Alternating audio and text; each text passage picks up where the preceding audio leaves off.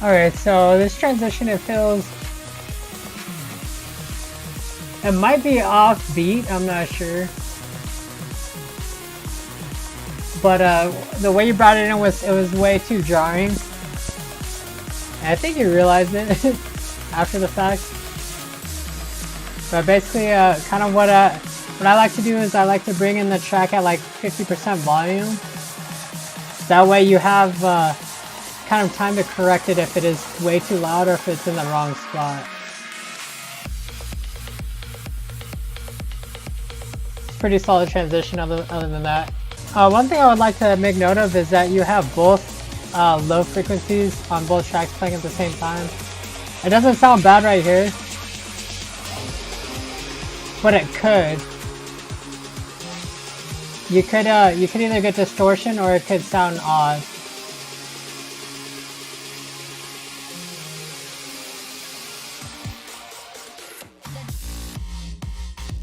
Okay.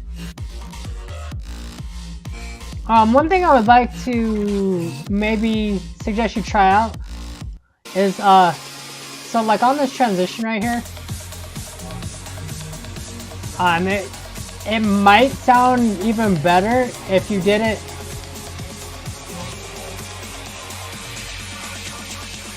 so if you see right here where this track here fading out is ending right here,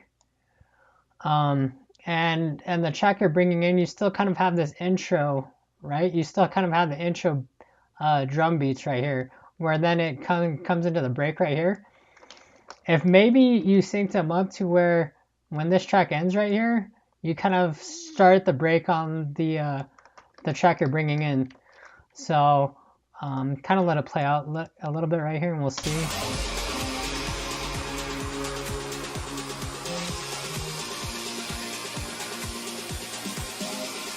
Okay, so see this part right here?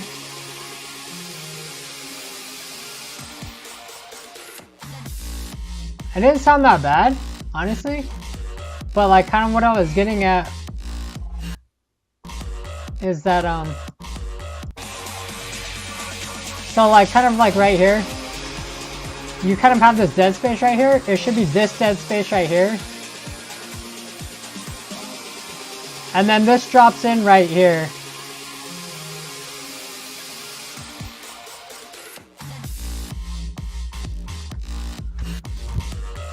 But yeah, it didn't sound that bad, but maybe you just try something like that a little bit, you know, on one of your next mix where you kind of mix it a little bit sooner. You just kind of don't lose, like, kind of keep the momentum up, so to speak.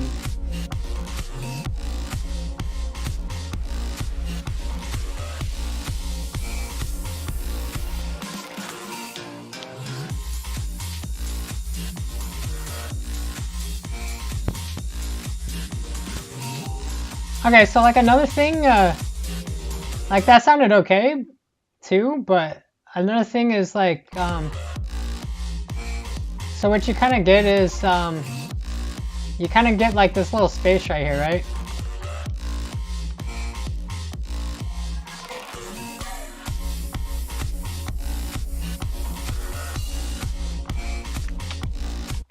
Alright, so what I was talking about is you kind of have this little space right here. Oh, hold on.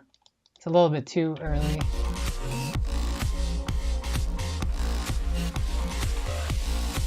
Okay, so you see like right here, you kind of have this little space right here, and then you have this little space right here. What you can actually do is if you line them both up to where the, you know, the start of the space and the start of the space are you know, equal. What you can do is when you're transitioning out, whatever song you're transitioning out, so say you're transitioning out of this top song and you're going into this next song, what you can do is during this, if both breaks are at the same spot, you can instantly swap the bass in both sections. So like right now you have, you know, bass on both songs, right? If you're going to transition into this song, what you can do is you can have the bass on this maybe at half, started at half, like I was saying earlier, where you kind of start the volume track at half, right? And then slowly bring it up, or bring it up when you're ready, and then kind of do the same thing with the bass where you started at half, and then you still have this one at full, but when you get to this break, you just instantly swap the tracks to where you cut this one to half and you bring this one from half till full, right? And kind of what that does is it kind of does like a little transition effect to where you're both playing both songs. You still have the melodies of the song you're transitioning out into, but then you get the bass line of the next song coming in, and it feels more natural when you do the full transition to that song because you're already hearing elements of that song.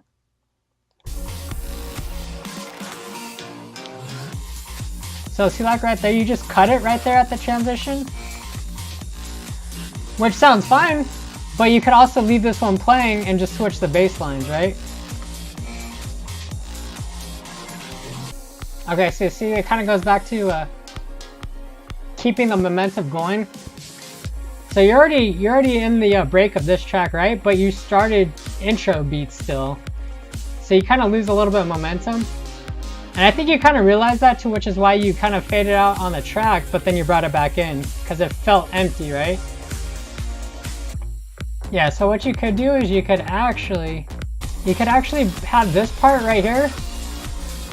You could have that part play during this last part right here, so that whatever cue marker's right here, it comes in right here, right? So however that lines up, I think you start playing like back here somewhere maybe at the beginning of the break here. And then you kind of have like whatever beats are right here playing, and you still have this, you know, whatever is playing right here playing, but then this hot cue drops right here.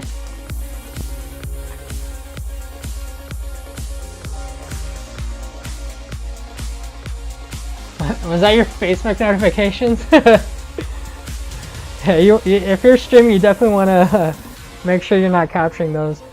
Does it either confuse people or make them pissed, or both? Yeah, definitely figure that out. Also, you don't want that playing during your mix either, unless it's actually part of your mix. Yeah, so, did I just hear that again?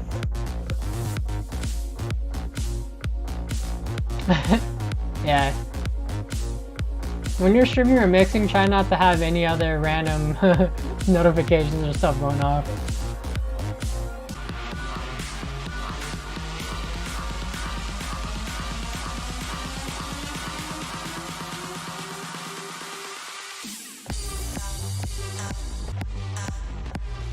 Okay, so I think for that one, like the transition you're going for, what you should try to do is you should kind of start the build up when the track, start the beginning of the build up to when the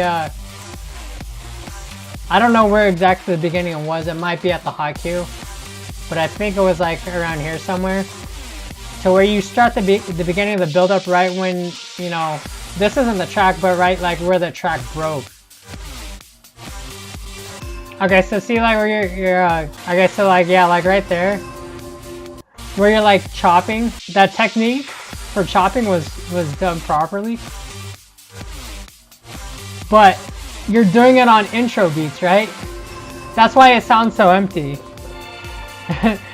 I mean, I don't know exactly like the proper places to do it, but you want to do it to where when you cut out and you're chopping, it sounds normal, right? Either you do it so it sounds normal, or you do it like as part of like a transition.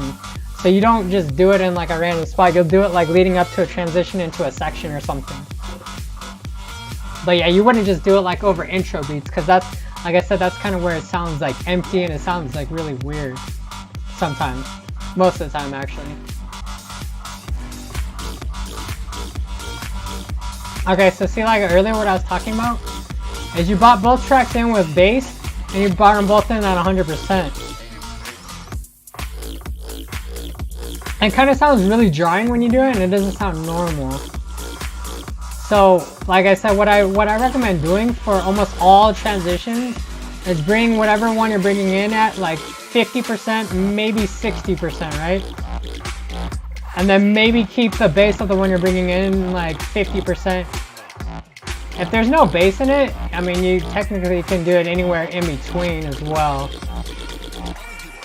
and then slowly, you know, slowly bring it up to the volume you want as you're doing the transition. And when it's fully transitioned, have the basses swapped. Usually you don't want both basses playing at the same time because you can get distortion or you can get the clashing bass lines.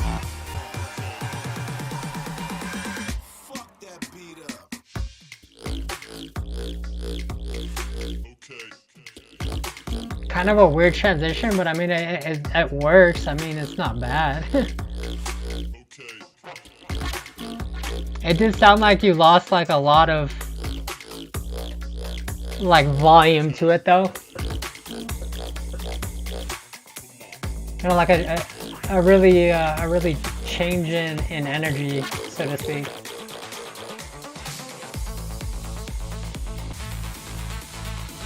So like for this transition, I probably would have kept that the other old song with like that kind of frog vocals playing and then do an FX transition out right here. And that would have been a transition to this song.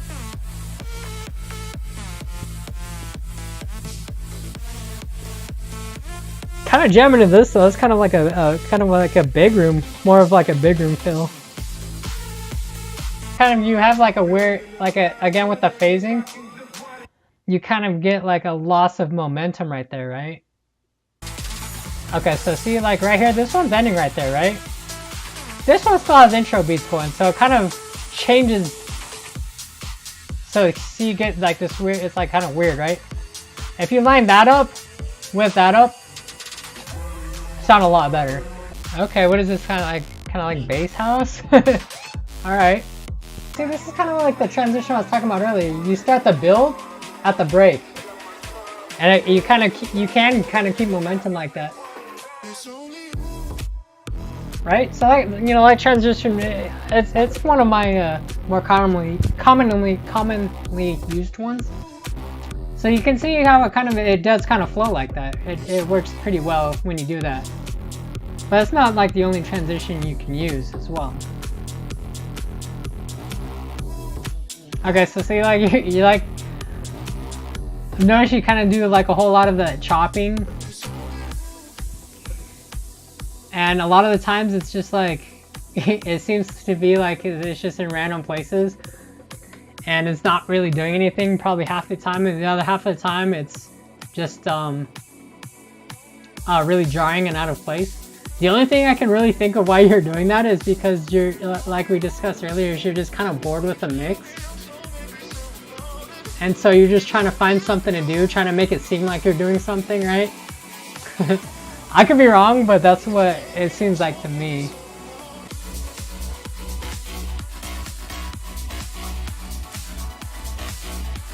Yeah, so going again with the the chopping.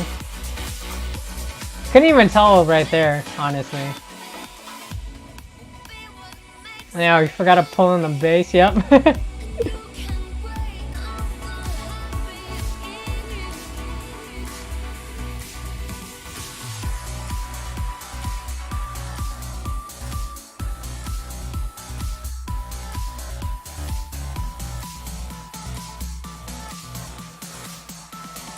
So I don't know what you were doing right here with the faders.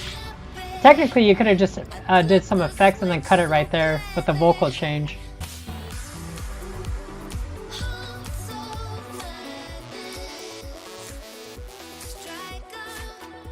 Yes, I think the transition you were looking for is to line this up with this. And then maybe what you could do is you could cut the bass on the one with the vocals and then have this bass playing. I'm not sure if they both have vocals though. If they do, then that would be terrible. I would not recommend doing that. But yeah, having like this part, having this part play right here probably wouldn't be too bad playing with this part right here.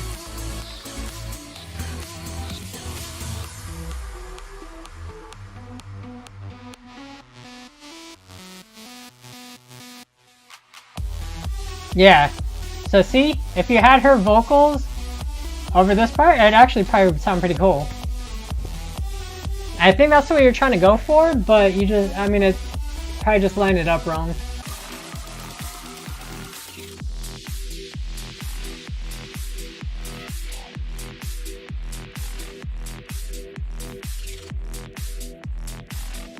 Hey, not bad.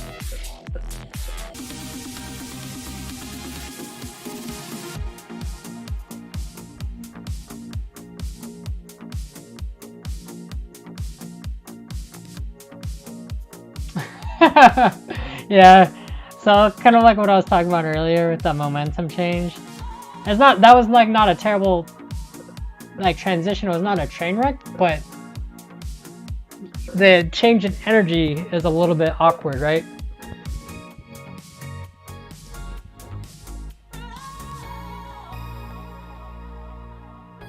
So like, yeah, maybe you should have dropped it at this part, right where the vocal kind of comes in like that, right? At the end of the other song, it might have sounded a little bit better like that.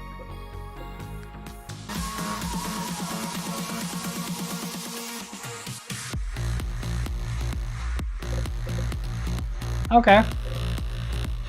I think this is more like a personal opinion for me, and it might be for others as well, but usually like on transitions like that where you kind of like change the sound, like not the energy, but kind of like the sound like that. What I usually like to do is I like to add an effect on it. I like to do like a filter sweep, an echo effect, a backspin, or any combination of them, right? So whereas I noticed a lot of the time you kind of like use the filter high pass, and then you just cut the track, right? It doesn't sound too bad like that. It's actually that's a normal transition. But you can kind of create your own build by doing like some kind of filter effects, a little bit of echo, maybe space echo. I don't know what Pioneer calls it, I don't remember. And then you can maybe do like a backspin or an echo out, and then cut track, right?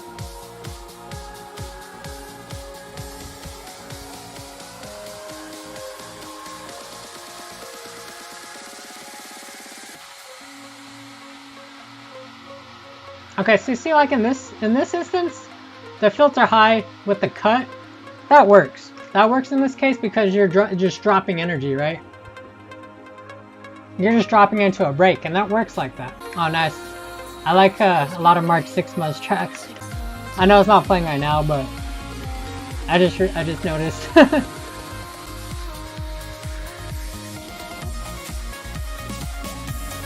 Okay, so see again.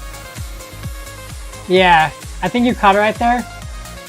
The bass lines kind of, they don't sound bad, but they just kind of don't sound good together, right?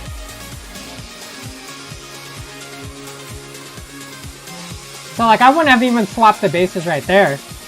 I would do it coming up still. I would swap it right now. And then right here. Right here you would have full bass right here, and either cut the song or cut the bass on this one right there.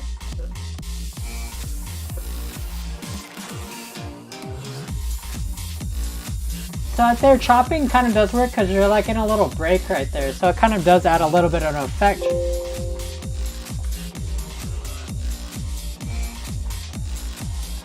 Oh, it sounds like not beat matched right here, I'm not sure. Something's weird. Something's definitely weird. Yeah, I think it was not beat matched.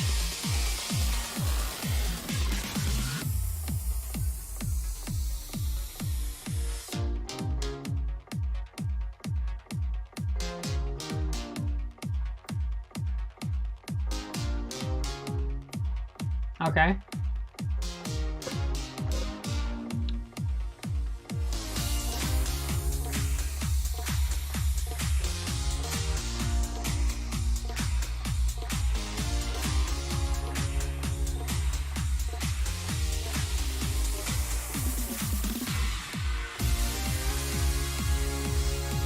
So like maybe I would have just cut the bass out right there, right? Maybe I would have done the effects on this track with that loop. I was kind of skeptical with the loop playing right there, but you made it work. But now that they're both playing still, it's kind of weird. But maybe if you effects it out right here, maybe? Okay, so yeah. Yeah, see, I think you caught it right there because you were about to just cut the track, but you brought it back up, right? Because it felt like you were losing something in the song. But if you just effected it out right there with a change, it would have been great.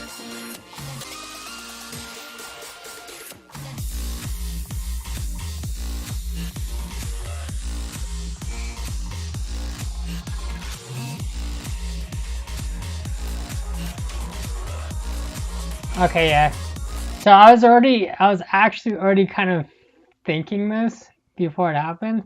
I knew it was gonna happen. Basically, you brought the fader up too late on that track, and when that happened, you also brought it up too fast. Like if you're gonna bring it in late, definitely bring it up a lot slower. Little bit, you know, a little bit more at a little bit less at a time, until you get to a section change in the song to be at 100. So like right there, you should have just either brought it up all the way, or like I suggested before, maybe do like a 60-70%. But see, so now it's kind of, you're bringing in a new element of a different song in a middle of a section. Like if anything, you should have brought it up to 100% right there.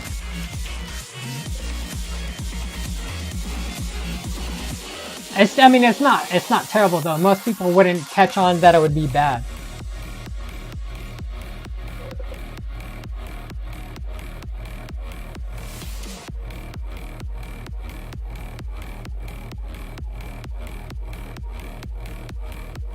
Yeah, that's something that's kind of like more nitpicky. Like most people wouldn't really catch that. A lot of DJs probably would. But it's something that definitely could improve the sound of the mix.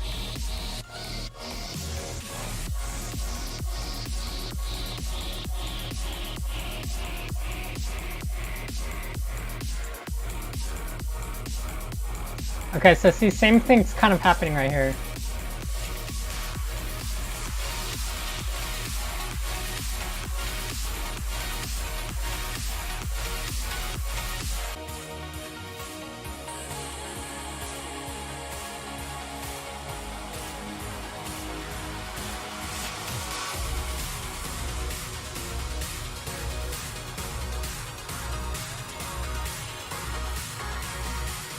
Okay, so how you brought in at 100% at that section change?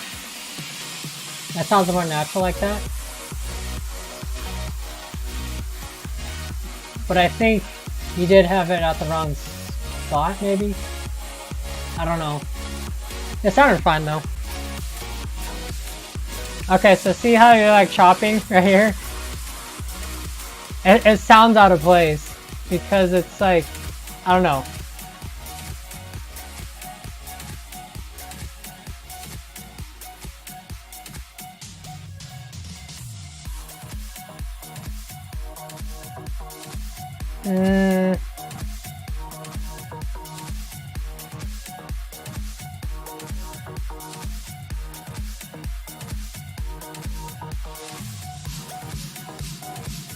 So see, I think I would have rather had this part start right at the end of the last track.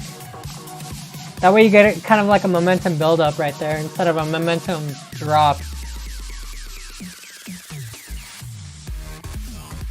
Not that a momentum drop is bad, but see what kind of happens is you momentum drop straight into a momentum build, which is really weird a lot of the times. If you momentum drop into like a chill break kind of chill song, then it works like that. But you kind of like, the song kind of builds right back up right after that. So it's kind of weird to have like, what, an 8 to 16 bar momentum drop right there.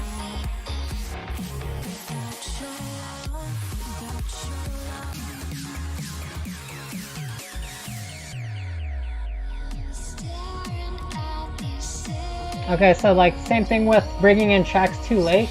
That was the right spot, but you brought it in like the volume. You brought it in way too late, so it sounds really weird because all of a sudden drums are fading straight up. You know, it's like, okay, where did this come from? So it sounds like really drying and out of place, right? So you have two options. You can either just, you missed the transition, okay, don't do it anymore. The other option is to bring it in really quiet and then wait for the next section, which, I mean, it still probably wouldn't sound as great, but it wouldn't sound as jarring. So it probably wouldn't sound as bad, right?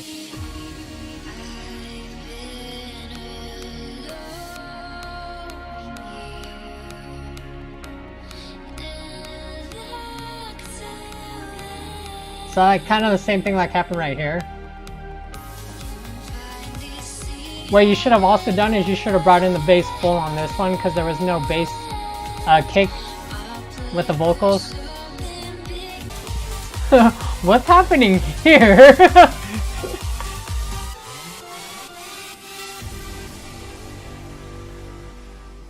Is that literally just the end of the song is just like that? That's kind of weird. Oh, okay. your beat grid just doesn't show up, I guess.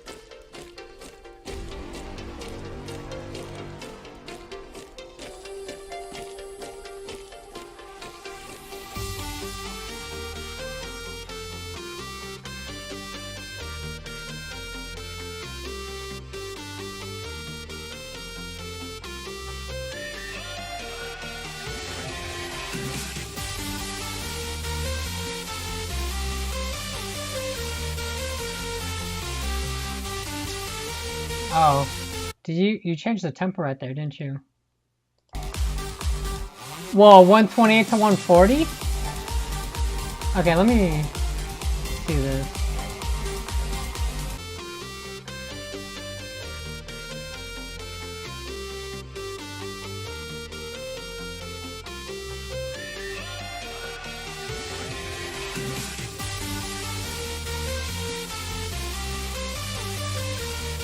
Okay, yeah. 128 to 144. That's a pretty big jump. So you have two options, I would say. If you wanted to do this transition, what okay, so I can't see the beat grid on here. But so like the build just started right here. So you have the build right here. And then you have the drop. I'm assuming this is the drop right here on this track. So you have the 128 to 140. You can do at the beginning of the build, you start slow tempo until you hit right here. And then you get faster, right? So you start slowly increasing. So like 128, you're still at 128. Maybe you're at like 120, 130-ish right here. Maybe you're at 135-ish right here. And then you're like 138, 140. Then you're like 144 or 143, 144 in in this amount of time, whereas it took from 128 to 130 like right here, right? And then 130 to 135, 135 to 140, then well, actually I did that wrong, but you get a lot faster. So 128 to 130, that's barely a 2-point increase. And then basically you'll be maybe 130 to maybe 135 right here, okay? And then from here to here, you want to go to like 135. Okay, so yeah, from like here to here, you want to go from 135 to 145-ish, right? And so you have like a larger, faster increase right here. And then basically by this point, you just have that little break, and then you drop into the drop of the second track, hopefully.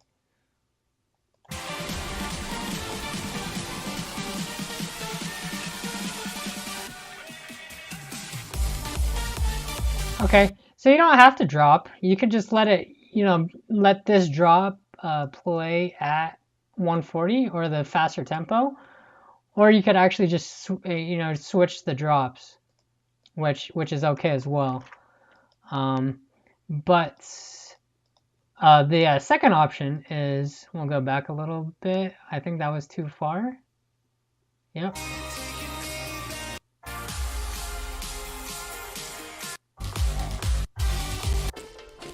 Okay, so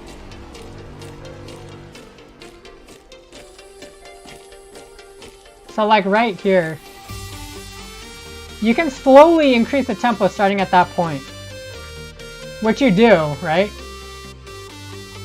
But you increase it too fast. You're already at 140 and it hasn't even, it's barely been what, like 10, 12 bars? You can also start increasing it right there where it changes to the adds the synth. And then slowly increase it, right? Or you can start right here as well and then slowly increase it and then get faster and faster till you hit this point.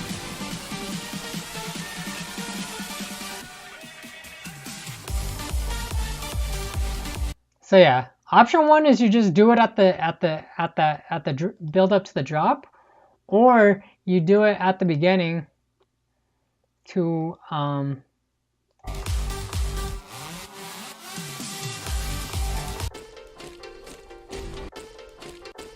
okay. So right here, start right here, and if you start increasing it right there, all the way until you hit the build. Just do it slowly, very slowly. So you take the entire time from there all the way up until you hit the build.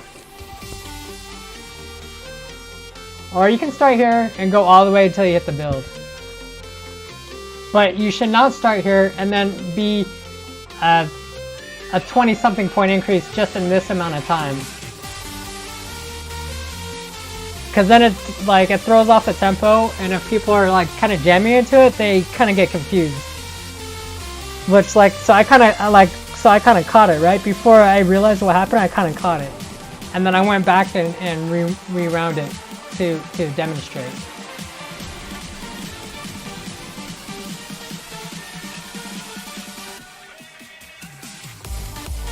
The same thing works for a tempo drop as well. If you want to drop the tempo, you can also do it at builds, or you can do it at breaks over long durations. Or you can do it, or a third option, but this is a little bit more advanced, is you can just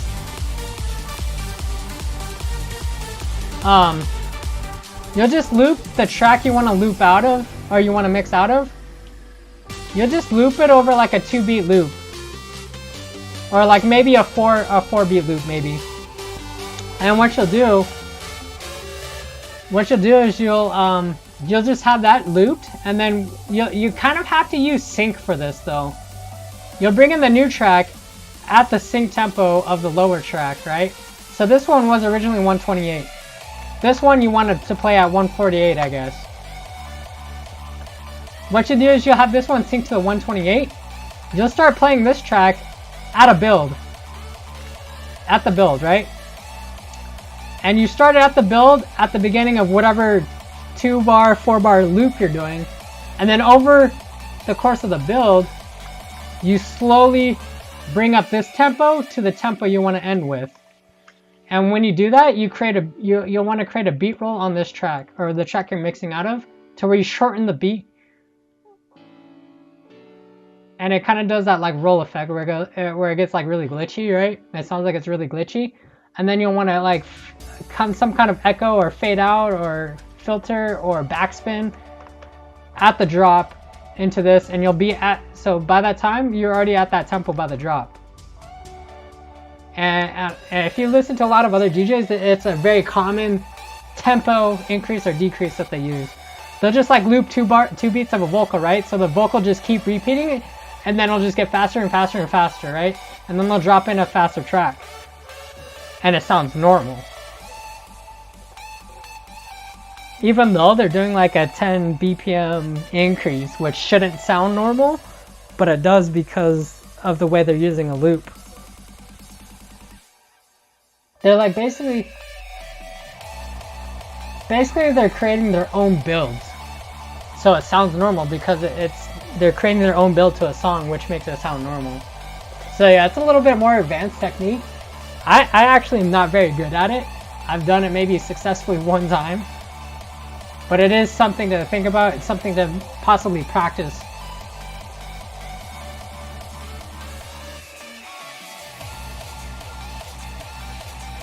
So again, like right here, it sounds bad because both basses, and it was brought in abruptly.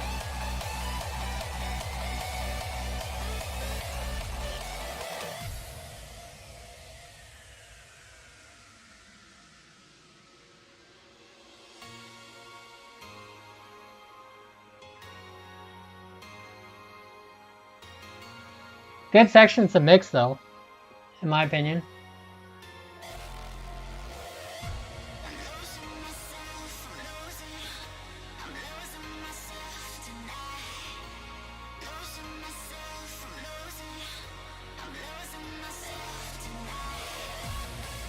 I need to get some more Hot Child tracks personally. Okay, so overall it was pretty decent. I don't really know any of these tracks, so I can't really speak for song selection, but it sounded fine overall. Like I was saying, mostly the issues come down to sectional mixing with kind of like phasing. There's a little bit of beat gritting issues, I guess, or syncing issues. And then a lot of it, like I guess you're kind of bored when you do a lot of chopping. So I'm not sure about that, but I'm just assuming you're bored with it. But overall, pretty decent. So just work on a little bit more of lining up tracks properly in sections and bringing in tracks at less volume so it's not as jarring. And like I said, overall, I think that would improve the sound of the overall mix quite much actually. And beyond that, I didn't really see too many other jarring issues. Honestly, it looks like you have a pretty good grasp of picking songs that don't sound terrible together. Um, beat matching pretty well, and just overall mixing with the EQs to make vocals sound fine, make drums sound fine. Overall sound quality of the EQs are fine. Besides that, just work on bringing in tracks smoothly at the right places and not trying to do anything too jarring. And then one final thing is, like I said, it's probably more of a personal issue or taste, is where I usually do like to use a lot of effects during transitions or during not even transitions from song to song, but even just transitions from sections in one song of the same song. And usually I do a little, like a little flary transition or something. Um, but overall, like I would say, just adding effects here or there, even just for your transitions through songs, could spice up the mix a little bit more and just make it more dynamic overall. Add that little extra flair and give you a little bit more something to do so you don't get bored, if you know what I mean. But yeah, overall, like I said, not bad compared to your SoundCloud mix, the original one that I was listening to. I feel like you have improved a little bit. Definitely a lot more song selection going on in this, and like I said, I think you definitely have a good grasp of it. Just a little bit tweaking here and there. And of course, a lot of the things I was nitpicking on, I'm not very good at as well. So, you know, there's a lot of stuff I can work on too, but it's stuff that I do notice when I'm watching other people's sets or when I'm watching my own replays or listening to my own sets on audio as well. I do pick up on these things, but when I'm doing it live, I do kind of do mess up on some of them as well. So, not like I'm being one to criticize, but there are things that you could definitely work on, things that I could definitely work on as well. So overall, good job, and hopefully get some more of these quality mixes out, and we can go from there.